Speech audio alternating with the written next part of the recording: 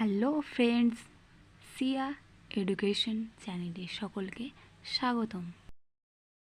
Question number 29, মানব শরীরের বৃহত্তম লসিকা গ্রন্থির নাম কি? এ যকৃৎ, বি প্লীহা, সি ফিমার, ডি স্নায়ুকোষ। অ্যান্সার প্লীহা।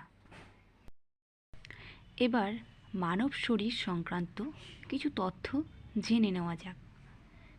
দেহের দীর্ঘতম অস্থি ফিমার, দেহের ক্ষুদ্রতম অস্থির নাম স্টেপিস, দীর্ঘতম কোষ স্নায়ুকোষ, দেহের কঠিনতম অংশ দাঁতের এনামেল, বৃহত্তম পৌষ্টিক গ্রন্থি হল যকৃৎ, দেহের ব্যস্ততম অংশ হৃৎপিণ্ড। ধন্যবাদ পাশে থাকার জন্য।